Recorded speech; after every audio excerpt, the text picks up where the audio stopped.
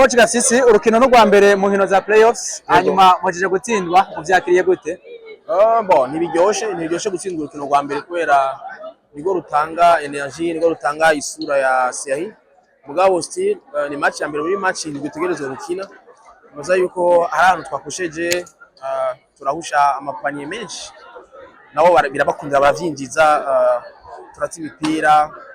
Muza yuko ahanini byabereye ngaho sino match nizisa yo tuzadufite isura nshasha. Turavye kote ya defense ni yabakundiye cyane nkuko vyahora.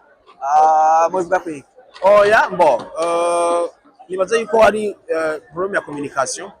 Ivyo twari twateguye hamwe byaduciyemo sivyo byabaye. Amakonsiye twari dufise muri defense harayo twashoboye gukora mugabo ahandi naho biraducamwe. Nibaza yuko ni umwanya mwiza kugira ngo tuganire kugira ngo dukosore ejo ntibize bisubira. Petit Perish nta mwanya munini yakinye n'ivyo munuze ya mbere byatumenye. Aragwaye gripe, yarafise n'aka gripe ryari. Ubu rero afise ikibazo cyo gukorora. N'ikire cyari gihari cyamworohereje guhema etu. Kandi baza yuko ejo ashobora kuba arundi muntu kubera yarafise ikitima ariko aragira imufasha. Uravye ukuntu mwitwaye ivyo wabahaye muri entraînement babizanye ngaha. Si byose bimwe mugabo si byose.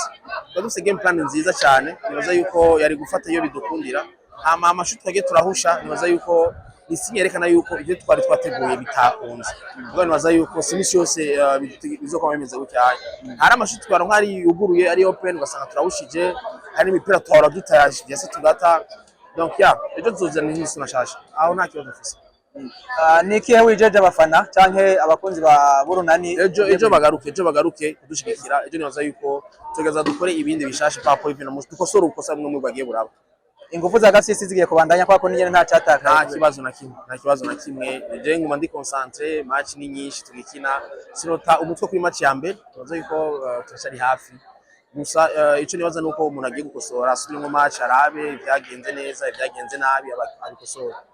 Tubashimire cyane. Ndabashimiye nanje.